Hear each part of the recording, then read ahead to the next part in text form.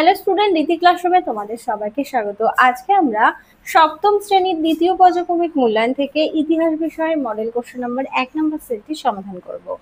প্রথমেই দেখো দিয়েছে বেমানান শব্দটি খুঁজে বের করো। 1 দাগে হবে ইবন বতুয়া, 2 দাগে হবে আমির, 3 দাগে হবে হুন্ডি, 4 দাগে হবে দৌলতাবাদ আর 5 দাগে হবে বুরহানপুর। 2 এ দিয়েছে ক স্তম্ভের সঙ্গে খ স্তম্ভ মিলিয়ে লেখো। 1 দাগে আছে খলজি বিপ্লব হবে ইলবাড়ি তুর্কি অভিজাতদের ক্ষমতার অবসান।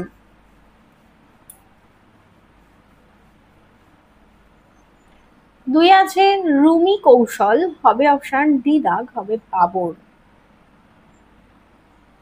3 আছে হৌজো হবে অপশন বি, দাগ জল সংরক্ষণ। 4 আছে দিনেমার হবে অপশন এ, দাগ ডেনমার্কের অধিবাসী। 5 আছে সরাফ হবে মুদ্রা বিনিময়কারী। চলে যাই 3 দাগে, শূন্যস্থান পূরণ করো। 1 দাগে আছে ঘরগড়ার যুদ্ধে বাবরের অন্যতম প্রতিদ্বন্দ্বী ছিলেন কে, হবে নসরত শাহ। 2 আছে জাহাঙ্গীরের আমলে শিখ গুরু ড্যাশ প্রাণদণ্ড দেওয়া হয়, শিখ গুরু অর্জুনকে প্রাণদণ্ড দেওয়া হয়েছিল। 3 আছে রাজপুত নেতাদের মধ্যে মোগল সম্রাটদের সঙ্গে জোট বাঁধেননি রানা প্রতাপ সিংহ। 4 আছে আহমেদনগরের প্রধানমন্ত্রী ছিলেন, হবে মালিক অম্বর। 5 দাগ বিলগ্রামের যুদ্ধ হয়েছিল 1540 খ্রিস্টাব্দে আর সুলতান হাসেন শাহ ছিলেন শ্রী চৈতন্য দেবের ভক্ত। চলে যাই 4 দাগে, বলেছে নিচের প্রশ্নগুলোর একটি বাক্যে উত্তর দাও। চলে যাই 4 দাগে, নিচের প্রশ্নগুলোর একটি বাক্যে উত্তর দাও। 4 এর 1, মোগলরা তৈমুরের বংশধর হিসেবে গর্ববোধ করত কেন? এখান থেকে দেখো, মোগলরা তৈমুরের বংশধর হিসেবে গর্ববোধ করত নিজেদের তারা তৈমুরীয় বলে ভাবত, বরং চেঙ্গিস খানের প্রতি তাদের শ্রদ্ধা কম ছিল।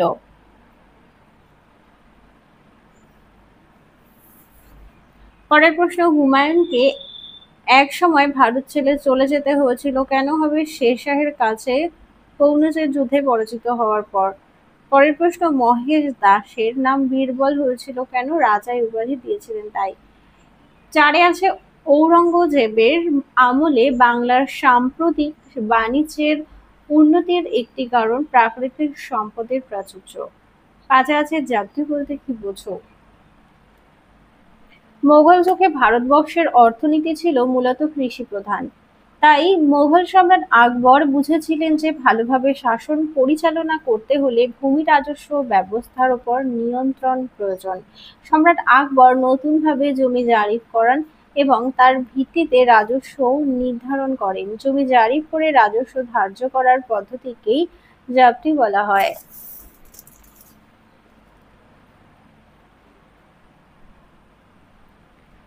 5 এর 1, দিল্লির সুলতানদের কখন খলিফার অনুমোদন দরকার হতো? ইসলাম ধর্ম অনুসারে সমগ্র মুসলমান জগতের প্রধান ধর্মগুরু ও শাসক হলেন খলিফা, কিন্তু ক্রমে পৃথিবীর বিভিন্ন দেশে মুসলমান শাসক প্রতিষ্ঠিত হলো, ফলে একজন খলিফার পক্ষে সমস্ত অঞ্চল শাসন করা সম্ভব ছিল না। তাই বিভিন্ন দেশ বিভিন্ন শাসক শাসন করতেন, যেমন ভারতবর্ষ বা হিন্দুস্তানে শাসন করতেন সুলতানরা। আবার যখন কোনো সেনাপতি বা সুলতানের আত্মীয় সিংহাসন দখল করে তখন সুলতান হতেন, তখন তার খলিফার অনুমোদন দরকার হতো। 2 দাগে আছে সুলতান রাজিয়ার সমর্থক কারা ছিল এবং তার বিরোধী কারা ছিল? দেখে নাও।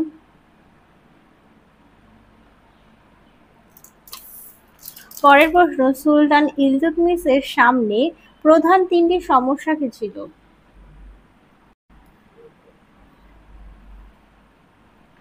সমস্যাগুলো যেমন দেখো, বিদ্রোহ, মঙ্গল আক্রমণ, উত্তরাধিকার বিরোধ।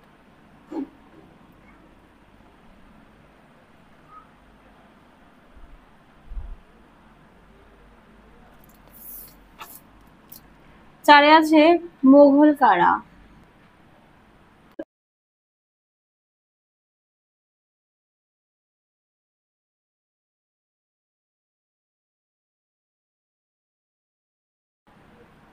পাঁচে আছে পাট্টা ও কাবুলিওয়াত কি।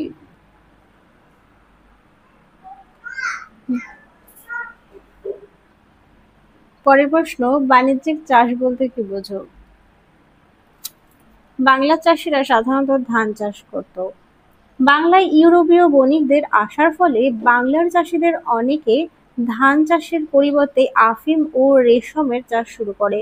বাজারে বিক্রি করে বেশি লাভ করার জন্য যেসব ফসল চাষ করা হতো তাকেই বাণিজ্যিক চাষ বলা হয়।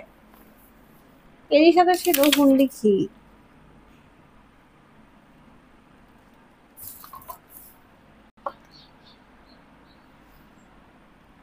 হুন্ডি হলো এক বিশেষ ধরনের ও বিভিন্ন মূল্যের কাগজ যার মাধ্যমে এক জায়গা থেকে অন্য জায়গায় টাকা পাঠানো যেত। মধ্যযুগে ভারতে হুন্ডি ব্যবস্থা চালু হয়েছিল। হুন্ডি ব্যবস্থার ধরন, মধ্যযুগে ভারতে কাগজের ব্যবহার শুরু করা হয়। এই সময় সরাফ নামেই এক শ্রেণীর অর্থ ব্যবসায়ীরা বণিকদের কাছ থেকে ধাতু মুদ্রা নিয়ে তার কাগজের হুন্ডি দিত। ওই হুন্ডি দিয়ে বণিকরা অন্য জায়গায় নির্দিষ্ট পরিমাণ মুদ্রা নিতে পারত। এর ফলে দেখো, হুন্ডি ব্যবস্থার প্রচলনের ফলে বণিকদের এক জায়গা থেকে অন্য জায়গায় টাকা পাঠানোর অনেক নিরাপদ ও সহজ হয়েছিল।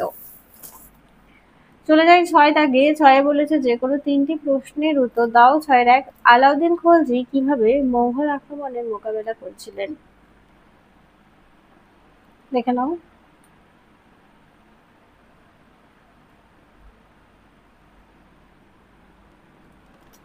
পরের প্রশ্ন দেখো, মোগলরা কেন নিজেদের বাদশাহ বলতো?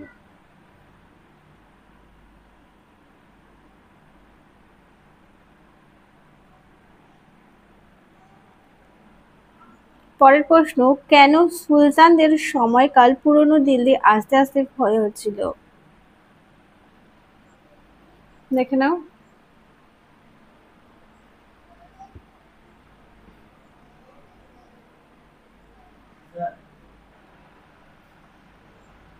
পরের প্রশ্ন, কথা কি সুলতানরা কেন ইকতা ব্যবস্থা চালু করেছিলেন? দেখে নাও।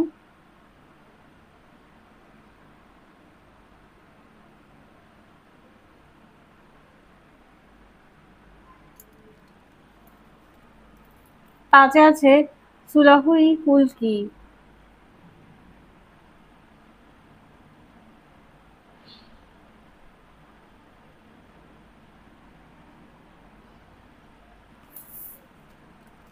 সাথে চলে যায়। সাথের একে আছে আলাউদ্দিন খলজির বাজার দর নিয়ন্ত্রণ নীতি আলোচনা করো।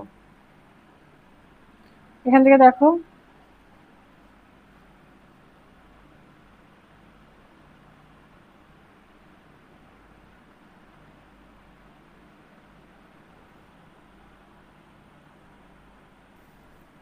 পরের প্রশ্ন দেখো, ঔরঙ্গজেব কিভাবে দাক্ষিণাত্য সমস্যার মোকাবেলা করেছিলেন?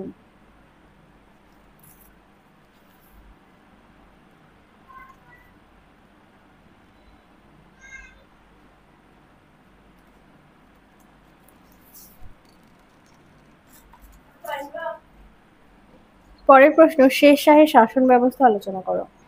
দেখে নাও। দেখো এখানে পয়েন্ট করে দেওয়া রয়েছে।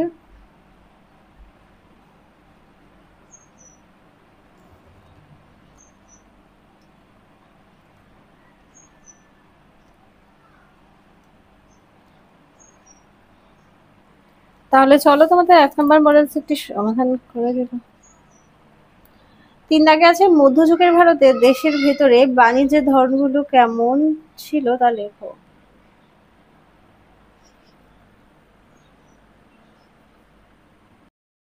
অথবা দিয়ে আছে শাহজাহানাবাদের নাগরিক চরিত্র কেমন ছিল।